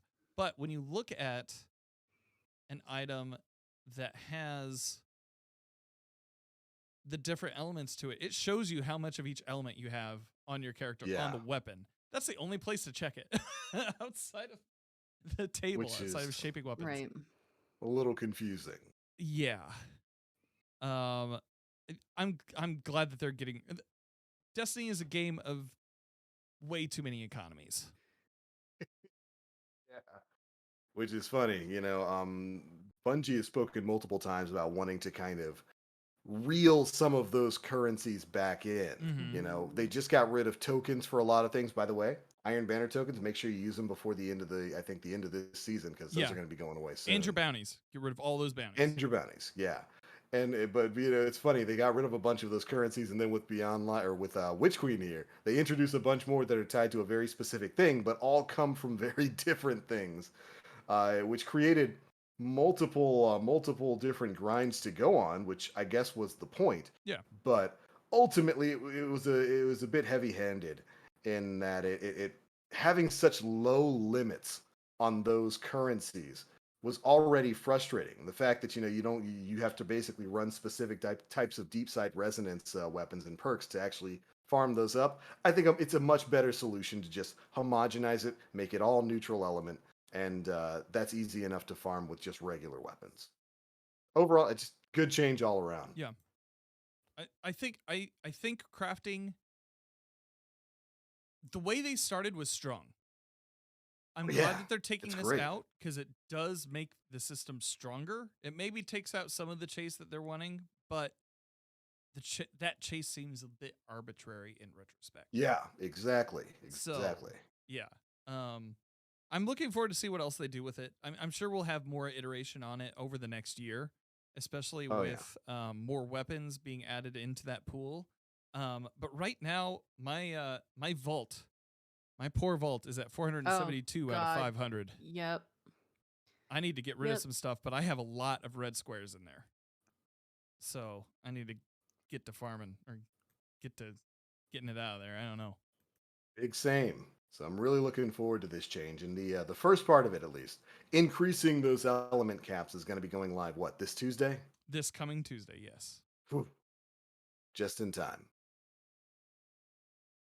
So Right on. I believe. Yeah, I think that's a good change. They also mentioned something about I don't think they've announced a change for it yet, but they wanted to continue monitoring like deep sight weapon stockpiling and like drop rates for some of that stuff in Ascendant Mhm. alloys. Maybe tune some of that in the future. I think that's also a good idea. I like that Ascendant alloys are one of the primary reasons to run the story missions. You know, the weekly story missions over and over. I think that's a good grind, but maybe they could bump those rates up a little bit. Yeah, All in all, good changes. Good stuff. absolutely. Now I think we should get to audience questions. Questions. Yeah? Questions. Yeah. Right on, right on. Question. Mod Sherpa coming in hot. Favorite crafted weapon? Not a glaive. This particular line of inquiry seems pointed. Feel very attacked. Well, it always is with Jade. I don't have an opinion. I haven't done a lot of crafting. I don't think I've done enough crafting to have like a solid outlook on the whole thing. Yeah. Like I'm still trying to get a Tarnation to drop Mm. so I can do the Pepe Sylvia board quest. Right. Yeah. Same I'm here. gonna pass on that question. Yeah. I've Go ahead. crafted two things. The Osteostriga Catalyst and my Enigma, which is now level 103. It's just good. Come on, Jaden.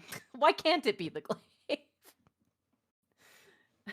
Them's the rules. Can't be the Mhm. glaive. But that's Uh, but Dan found a weapon that he likes and Yeah. he enjoys. What's your role on the Enigma? So I've kind of been fussing around with it a little bit. Right now I have it is a lightweight emitter, light mag, impulse amplifier, frenzy, Okay. and then that has psycho hack on it anyways. So I'm just kind of like messing about with it. I think frenzy doesn't do as much as maybe I thought it did when I first Yeah. put it on there, so I need to go through and really mess around with that guy. Well, I mean, at weapon level 102, you have everything unlocked. Oh, well, yes. But I need more. This is going Yeah. to at least 666, my friend. well, Change its name from the Enigma to the Edge. Yeah. Don't cut yourself there. Look, man, I needed to combat Nim somehow. Even when he's not here. That I guy. lied. Also, I think my syncopation is my favorite thing that I've crafted. Oh, really? That's Yeah. the pulse rifle, right? Yep. It's really good for the raid with the Yeah. unstops. Got headstone on it. Like, can't complain. That thing's Um, workhorse. It's good. I ended up investing in that because of Crit Buff. Because he was, Yep. I think he was talking about it. Yeah. So, I've gone through a lot of the crafted weapons, and I've had a lot of fun with them because there's a lot of really good options there. You know, between stuff like the syncopation. Of course, we've got one of the things that kind of took the world by storm in the Palmyra B, which is a craftable rocket launcher that's among the top tiers when it comes to heavy weapon DPS. So I went ahead and maxed one of those out so that I could, build one with the classic auto loading lasting impression and another with auto loading explosive light. To kind of measure out different situations and different in-game content. And those things are great. But one of the things that I've really loved about this entire Enclave crafting system as a whole is that every week it seems like there's some other content creator out there, whether it's Cool Guy or Aztecross or anybody else who's coming out like, wait a second, I just crafted this other weapon with this insane god roll that just destroys everything and fits into a bunch of different builds. Listen, I eat that kind of content up. So I have been going through and basically crafting a bunch of stuff. Right now, the Under Your Skin Void Bow is real good. You get one of those with like Turnabout, which I think is the thing that makes it so that when you break a shield, you get an overshield. Works really well with some of the Titan builds out there right now that are based upon getting an overshield and then punching everything into oblivion. I'm having a lot of fun with that. Having a lot of fun with Palmyra B. This crafting system I think has come and worked out pretty darn well for Bungie thus far. There's a lot of different weapons that have a lot of different really great, really fun roles that I'm really enjoying. And if I had to pick one that is my absolute favorite right now,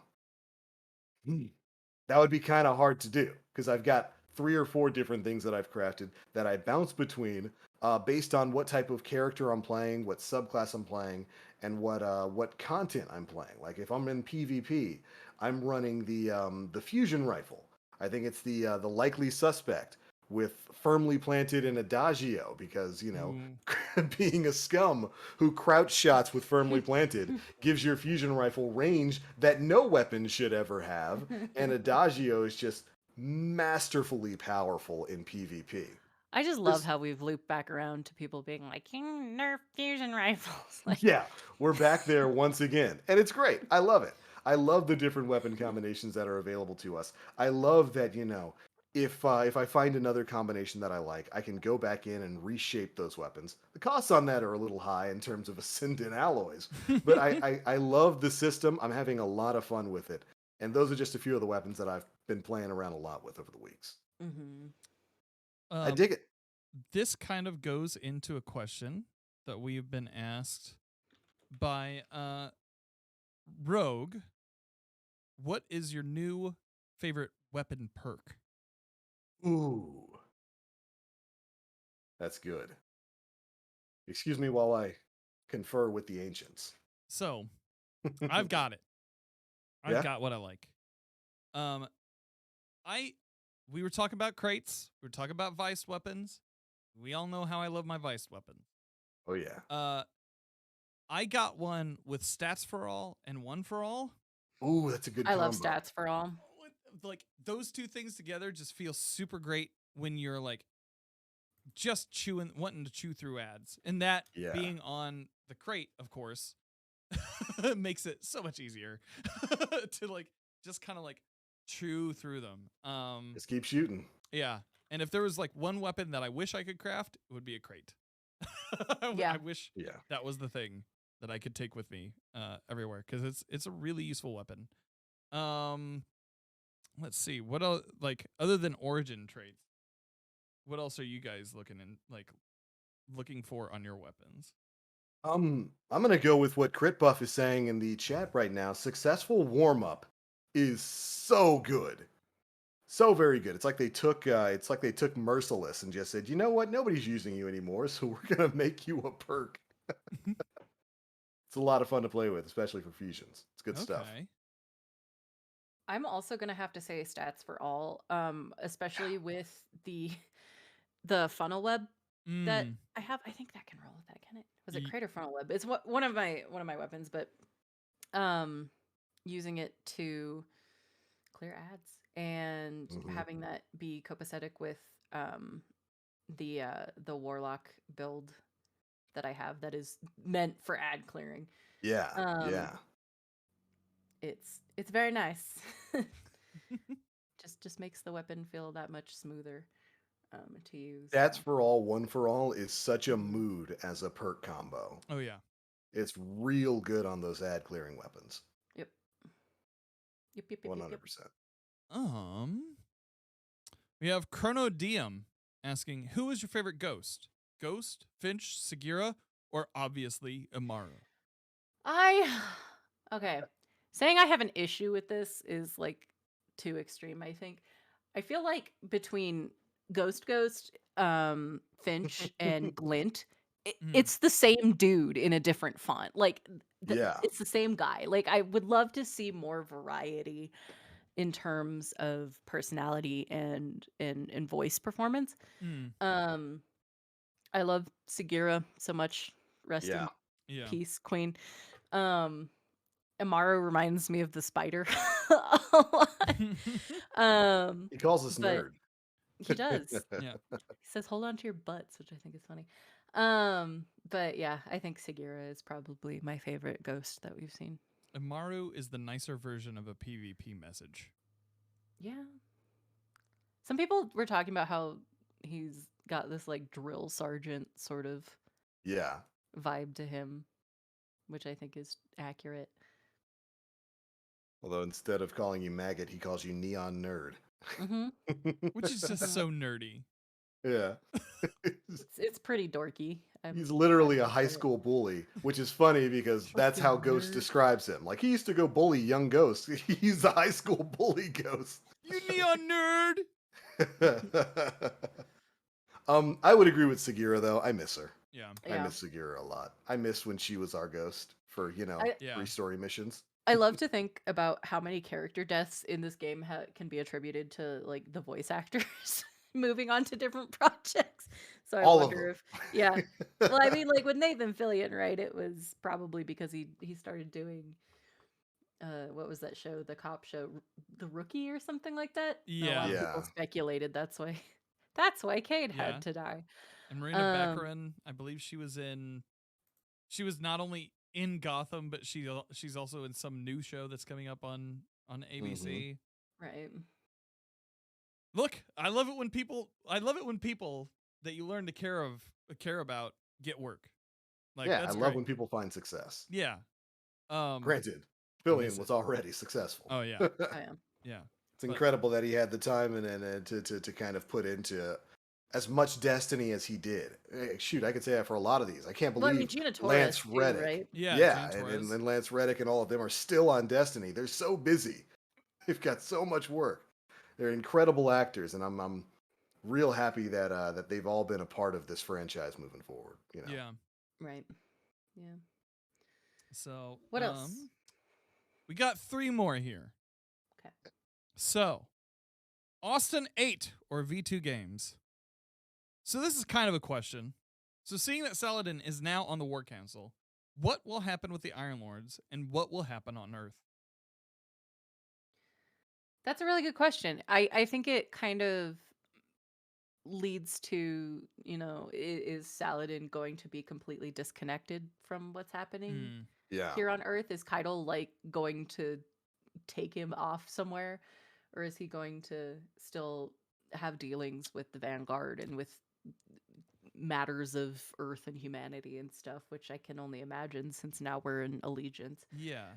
I believe that it acts as some sort of ambassadorship. Yeah. Especially because like there was like a voice log saying that he would I want to say that there was a voice log along the lines of him being able to continue his Iron Banner, but it would maybe have like a Cabal flavor to it, Ooh. which would be interesting. And you Yeah. mentioned too you mentioned the Iron Lords. I think is Aphrodite the only one still alive? She has her little pacifist colony, I think, right? Yeah. It's just us and Aphrodite. Yeah. Girl, where you at? Yeah. What are you doing? Come back. GoPost says that he mentions that he and Keitel discussed Iron Banner and that she has some ideas of her own about it. Oh boy. Okay. That would be kind of dope. I would love to see like Yeah. a shakeup of Iron Banner and what's going on in there. That would be really neat. Dodge Yeah. drop pods, Mills says in chat. Yeah. That sounds competitive. Oh, the That would be so funny. Tom Farnsworth special. Yeah. I saw a tweet earlier today from him regarding some enemies in Elden Ring dropping a bomb on him. He's like, I feel like this is some sort of karma. Just to pay that. as he deserves. We have Gray Fox. With Saladin on the outs, who would you want from our broad cast to step up in our seasonal storytelling? That's a good question. I would like. I know Ikora's kind of had her thing with like Shadowkeep, but and also like with the Enclave and stuff Oh yeah. at the beginning of Witch Queen. But I would love to see something that centers around her and her past. Especially, are y'all privy to all of the ARG stuff that's been going on Yes. and all of the lore that it's revealed between like her and her correspondence with Mithrax and like things like Yeah. that, and I how am she's not. like, I'm sick of this shit. I want to go back into the Crucible and wreck some faces. And She it's wants like, to go yes, fight. ma'am. I think Ikora needs her hero moment, and I would love to see that happen soon. I would love to have like maybe get Invective back, her shotgun from D1, Mhm. and maybe have that tied to some cool quest that plays on the narrative. Um, Yeah, I dig but it. yeah, I would love to see Ikora being front and center, like for real this time, and have her shining center moment. Yeah, no, 100% agree. I think I think that would work. She's kind of been able to get back in the spotlight a little bit with at least the storyline here for Witch Queen, and this could continue it. Mm-hmm. Saladin was he was always kind of in the background as an advisor to Zavala, because remember, Saladin's not leading the Vanguard anymore. Right, That's not his job anymore. That's Zavala and Ikora's job now.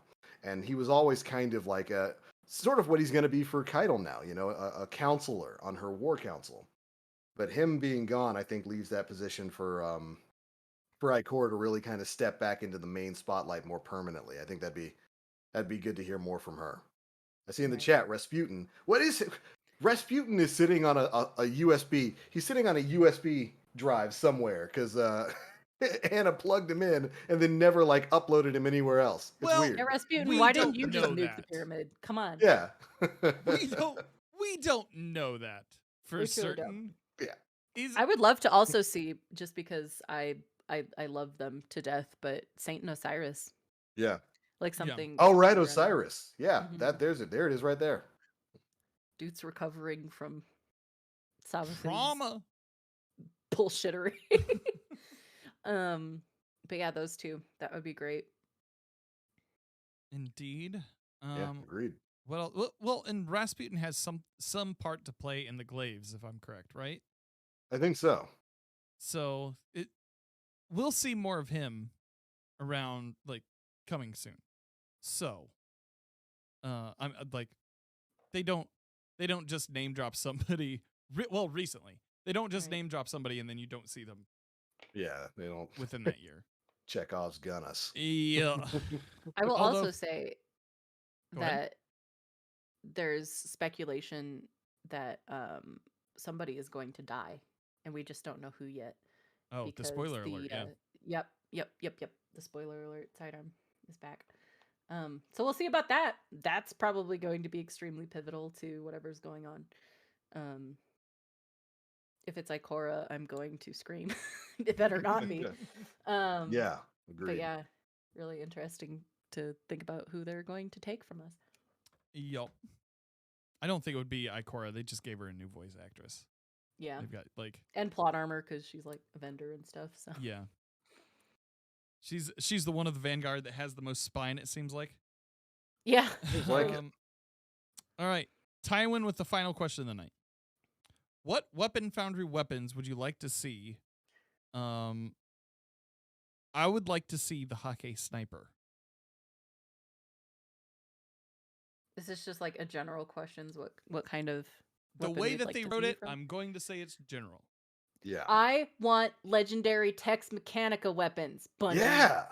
Please. I'm Do a it, Tex you Mechanica cowards. simp. I need some legendary Tex Mechanica weapons. Oh man, give me some lever action shotguns and all that kind of stuff. Absolutely. Like I know we have the DMT, but I would love another lever action like Scout or Sniper or something like that. Like That'd be maybe even great. like No Land. Be An super actual dope. revolver. Give me an actual single action army. I Austin love in that. chat says more so more Crux Lomar weapons. Yeah, I think Crux they've only Lamar, made Truth. rocket launchers, right? Yeah, only Yeah. rockets. Just Gjallarhorn and Truth, I think. Was Oops, all was rockets. Dragon's Breath one of theirs too? I don't know. I think they had some legendary ones. I can't remember exactly. It all D1 stuff. For me, I would love to see more Seventh Seraph weapons. I have been enamored with the Warmind and Seventh Seraph theme stuff since before D1 came out. Yeah. When Seventh Seraph was one of the weapon foundries rather than being something explicitly tied to Rasputin before they kind of reworked all of that. Mm-hmm. And a lot of those Warmind weapons, I think, were really aesthetically cool. I think for a long time they were some of the best stuff in the game. I mean, shoot, the Ikelos SMG is still Well, yeah, still the a top Escalation performer. Protocol Yeah, yielded just some amazing gear. yeah, oh, that was really awesome stuff, and I'd love to see some of that come back. Agreed. Yup. I don't know. I just want more Viced. Give me all new Yeah. Viced. More do love Vice stuff. That Scout, I want that Scout. Mm-hmm. Give me Scout with that new perk on it. Do we have any Viced LMGs? I don't think we do. That would be rad as shit. The Like, only just- Viced heavies are the linear. The linear Yeah. fusion rifles, yeah. But a light machine gun that was Viced, buddy. Intrinsic subsistence. Ah. Keep shooting until you run out. It's fine. Yeah. It's fine. Don't worry about it. Yeah, that'd be yeah. fun. That'd be super cool. Yeah, that would make my year. I would love that. Here's hoping. Fingers crossed.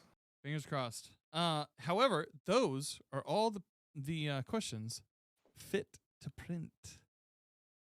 Well, all right, then there we go. I do believe that brings us to the end of episode 302 of the Planet Destiny podcast.